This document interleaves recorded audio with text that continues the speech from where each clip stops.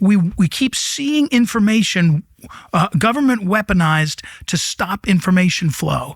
And most of us move on, right? You move on to the next thing because the way the world is moving. And one of the things this effort to focus on weaponization is to get the truth out.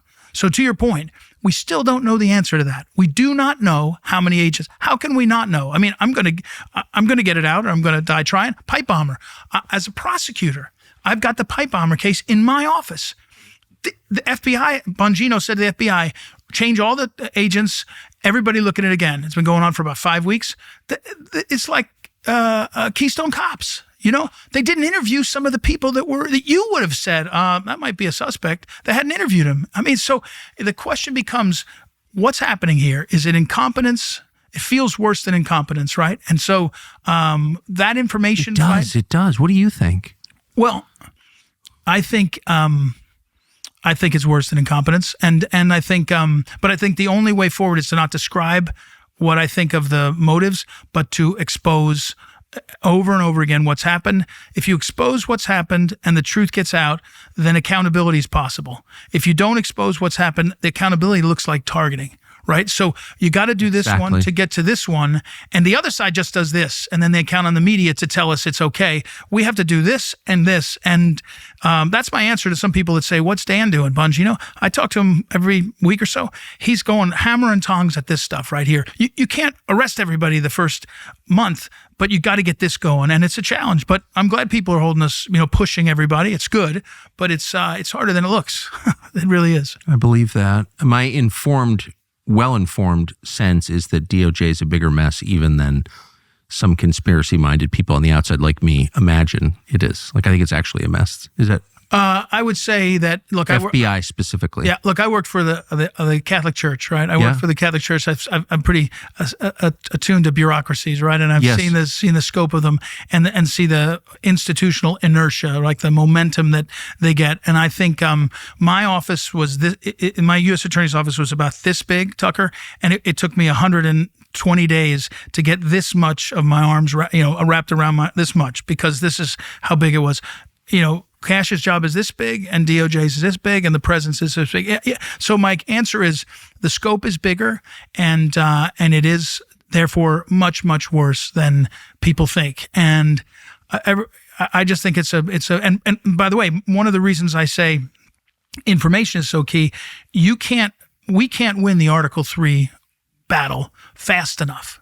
We can fight it and we can eventually win lots of them. You can't win it fast enough to get the progress we need in terms of so you've got to be doing the information. For people watching, what's the Article 3 Yeah, the Article battle? 3 means like the federal courts. We're in federal courts. The president says you can't let people come into the country, and then the courts say nationwide injunction, and you're not allowed to do that, and you're constantly in court. The U.S. Attorney's Office for D.C. has all of the cases of when the government is sued. The president sues. They all come into our office on the civil side, and so you see all that stuff coming in. In the during the Biden administration, the conservatives were suing in Texas. It was friendlier judges. Now it's in D.C. So you're in the courts fighting to get the truth out, fighting to make these things prosecutions and all, but they take a longer time than just getting the word out, right? Getting the information out. I feel like it's a different moment in history, and that's how I was U.S. attorney. That's why people saw so much out-facing action, because I wasn't just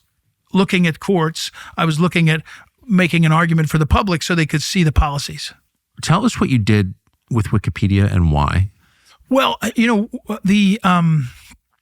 one of the aspects of weaponization is what I've been talking about with the new role. I've been on this weaponization working group. Is when you weaponization of the legal system. Yeah, weaponization of the legal system, but really the weaponization of the law, the use of the law to hide and operate. So Wikipedia has this incredible 501c3, right? Gets a tax benefit from we the people. It's a public benefit corporation. In the 1950s, they looked at this closely because the Rockefeller Foundation, the Carnegie Foundation had been using their foundations and abusing it. And that's when the law first changed to have 501c3 become a tax code. It was part of the shift, right? So the Cox report or the Reese committee or whatever it was. But so we have this problem where these Wikipedia has all this money that they use because they're a 501c3, a nonprofit that's supposed to be for the public benefit. Do they? How much do they pay a year in taxes? I don't even know. No, I don't know the numbers. They pay no taxes. Right? I'm not sure if they pay zero, but they probably say they pay payroll and other things. They have an answer to that, but they would be tax exempt under the code. Yeah. But more importantly, they're obviously biased. They're obviously, and they're anti-Semitic is the big one, but they're obviously biased in all sorts of other ways. In fact, as soon as I started taking them on, my Wikipedia page went even worse to hell, in terms of people coming on and editing it, supposedly citizen editors. So there's bias, again, information war, right? There's bias here that is against we the people, in my opinion, but certainly it's bias that's hidden from us because they're hiding behind the law. In other words, they're using the law in a way that is weaponized against certain groups and individuals. And so that's what we basically said to Wikipedia is, hey, let's look closely at what you're doing and how it's operating and see who's benefiting or not benefiting and paying a price. And by the way, as soon as this happens, they get panicked because they know, we know. America has thousands of colleges and universities, and a lot of them, unfortunately, are basically just scams. It's one of those things nobody really wants to talk about, but everybody on some level knows that it's true. What's an impressive college in 2025? There aren't many at all. Hillsdale is one of them. It is the exception. They cut straight through the woke garbage. They give their students a real education, an actual education. Meet a Hillsdale student and ask yourself, is this the best educated 22-year-old I've met in a long time? Yeah, because they don't have propaganda in their education, just the truth, facts, history, English, math. If you think it sounds good, because it is good, think of this. Hillsdale is offering over 40 free online courses you can enroll in today. There's no catch at all. You don't have to pay anything. Not going to hit you up for anything. It's free. You can learn about the Constitution, the Bible, the basis of Western civilization, Rome's rise and fall, early Christian church, things that actually matter, not one dime. Free.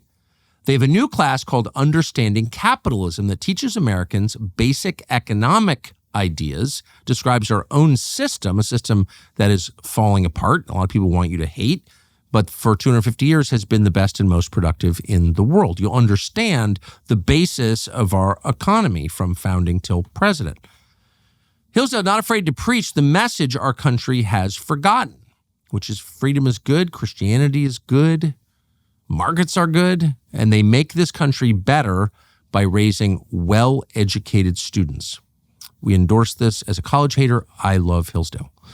Go to tuckerforhillsdale.com to sign up for Understanding Capitalism today, the course Understanding Capitalism, zero cost, just the truth. That's tuckerforhillsdale.com to enroll for free.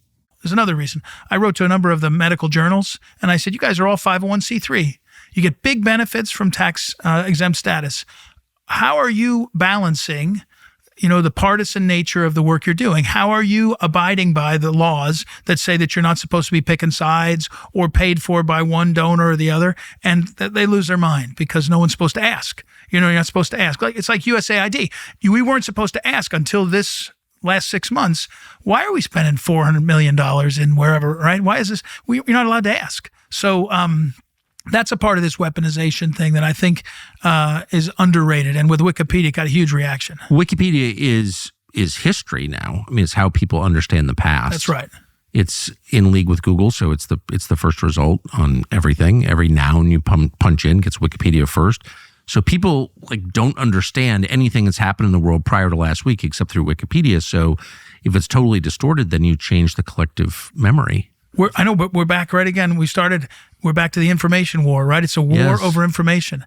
And if nobody, you tell me well, let me say it this way. A prosecutor saying that about Wikipedia is vastly different than Tucker Carlson saying it. Well, I agree with that. Right? And that's the point of the job. Wish I was a prosecutor. Well, right, exactly. And that's why Donald Trump, in my estimation, said to guys like me, go and do this, because the role is not just to find the right guy to prosecute. We got to do that too. If it rises to that, it's to make clear how off kilter the information battle is, because the public doesn't know that, right? They don't have that sense of what's going on. Wikipedia is a propaganda operation, and one of its founders told me that the CIA, or the American intel community, is heavily involved in shaping the message on Wikipedia. Did you come across evidence of that? Not yet, but that just started. That sort of opening salvo was about 3 weeks ago. So Judge Janine will have that one on her plate. But where I'm going, the job I'm going to, I don't have to leave any of that stuff behind. So I can tell you, I thought you were going to go a different direction, and I'll say on the weaponization working group, as it's described by Attorney General Bondi and the President's direction. Intelligence community is one of the groups that was weaponized against the people. Obviously, it's obvious. The question is, how are we going to get to the bottom of it, right? How are we going to get to the bottom of some of the weaponization of the government, intelligence community against the citizens? And that's where I'm going now. But we can't tell you it's classified. Well, they can tell me. I'm now in the system. Well, we'll see if I can get it. But again, the point of getting see if you can get what.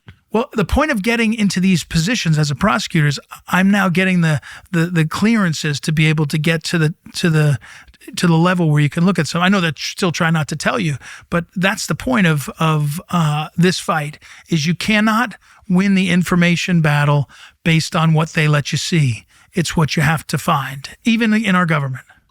Especially in our government. Well, and I have to say, the classification regimen does not seem primarily focused on protecting national security at all.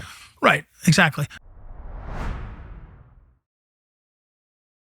Thanks for watching our YouTube channel. We hope you'll subscribe to it. And by the way, you can hit the little bell on there and get notifications every time we produce a video. We hope you'll do that also.